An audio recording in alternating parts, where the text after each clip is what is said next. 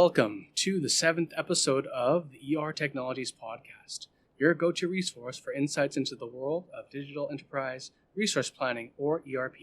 I'm your host, Zaldy, from ER Technologies, an independent consulting firm that assists clients worldwide in realizing their digital transformation goals, oftentimes through ERP software implementation. This episode is designed to help you decipher the key buzzwords, terms, and definitions you need to comprehend to find success in the ERP industry. Now let's kick off our learning journey with the first term, ERP, which stands for Enterprise Resource Planning. It essentially refers to the technology that ties an entire business together, replacing the need for multiple standalone technologies, from cash and financial management to inventory management, customer service, order management, warehouse management, and even manufacturing. An ERP system handles it all. Building upon the term ERP, we come across another key concept, order to cash. This end-to-end business process begins with a customer order and concludes with collecting cash from the customer, encapsulating all the steps in between. Capturing the order in the system and managing inventory and ordering raw materials while generating invoices and tracking payments, all these activities are managed within the ERP system. Just as order to cash is about fulfilling a customer order, Procure to Pay focuses on the organization's own needs. It describes the end-to-end process that starts with procuring materials to run your business and ends with paying for those materials.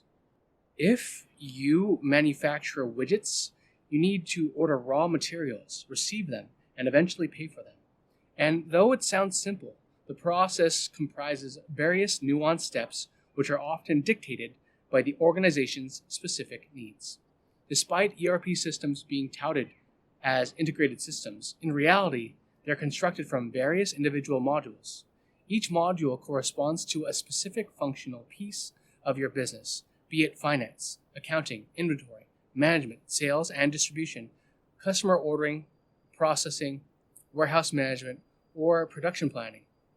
The beauty of these modern ERP systems lies in their flexibility, providing a standard yet configurable way of functioning to meet specific business requirements. Business requirements are the organization's needs that guide the configuration and setup of the ERP software. Each department within an organization may have its own set of business needs and requirements.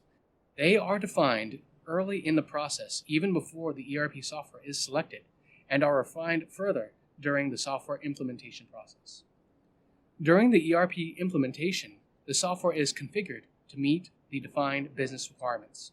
Configuration involves personalizing the software without changing the underlying code. Every ERP system provides configuration tools, which are essentially a series of checkboxes and switches that allow you to align the software with your business processes. But what happens if your organization has unique needs that can't be met by mere configuration? Here's where customization comes in. Unlike configuration, customization involves altering a software's code, a heavier lift that introduces additional risk. Although sometimes necessary, customization should be a last resort due to the added costs and complexity. Let's discuss integration next. Remember, we discussed how ERP systems have different modules for each business function. For modules to work in harmony, you need to ensure they are well integrated, with the data and processes flowing smoothly across the board. However, this isn't just about the internal ERP system. More often than not, you'd need to implement third-party systems in addition to your ERP software to cover all of your organization's needs. For instance, in regulated industries like pharmaceuticals or food, you might need a standalone system to meet specific government compliance regulations. In such cases, it's crucial to establish robust integration, allowing data to flow seamlessly between the core ERP and these third-party systems. This integration is typically done through APIs, a kind of technological hook that connects multiple systems. This brings us to our next term, enterprise architecture. This essentially is a blueprint or a big picture vision of how different systems and ERP modules will interact with each other. It involves defining the integration points, outlining the data flow, and determining where the ultimate single source of truth of the data will reside. So when you hear enterprise architecture, Think of it as a map charting how different technologies and modules talk to each other and how transactions flow across multiple systems. Now, on to our final concept, which is data migration. For your ERP system to function optimally, it needs data, both current and historic. Data migration involves the process of cleaning up your data from your old system, mapping data fields to the new system, and moving the data over. Think of it as spring cleaning exercise for your data before moving it into your new ERP home. These terms and definitions are just a part of what you need to know to undertake your ERP software implementation journey. There's a whole spectrum of additional best practices that you should be familiar with.